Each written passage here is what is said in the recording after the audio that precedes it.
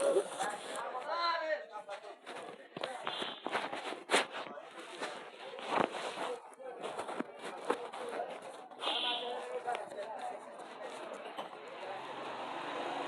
হচ্ছে ফতেপুর রুট পারনৌগা, বুঝেননি তো?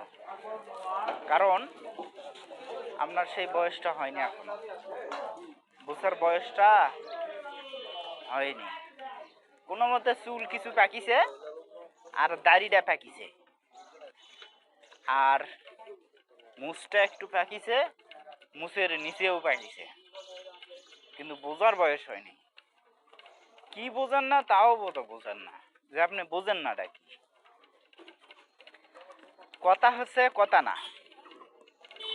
আমার ভাইয়ের বেটি ডাকলাম, আম্মাজান এটা একটু নিয়ে যান, আম্মাজান আসেন একটু টাকা দেই, আসলো না, আসলো না,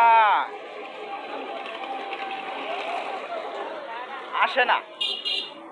কি কারণ? কারণ মেলাগুলা। ওর বয়স, ছোটটার বয়স 4 বছর, বড় ভাইয়ের বেটি হচ্ছে 5 বছর, শুনলো না। কারণ কি?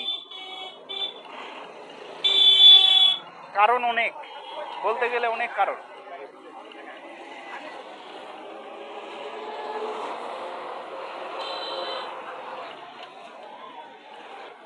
মায়া মমতা কম, হিংসা ঢুকে গেছে।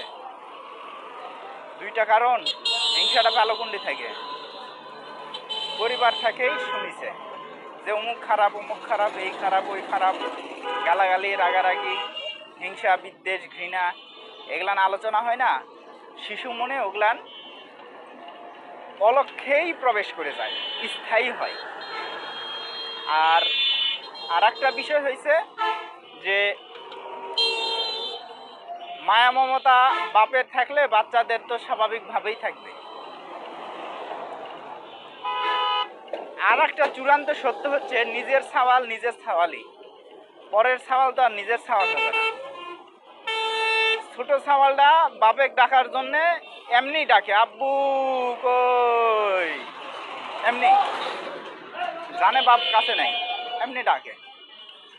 আমি 10 বার ডাকলেও আসে না, কারণ সে নিজের সওয়াল নয়, পরের সওয়াল। পরের সওয়াল কোনোদিন নিজের সওয়াল হবে না। সে হচ্ছে ভাস্তা, সে হচ্ছে ভাতিজি। আফসোস লাগলো আমি তাদেরকে আব্বা ডাক শিখাই পাখির বুলির মতো করে,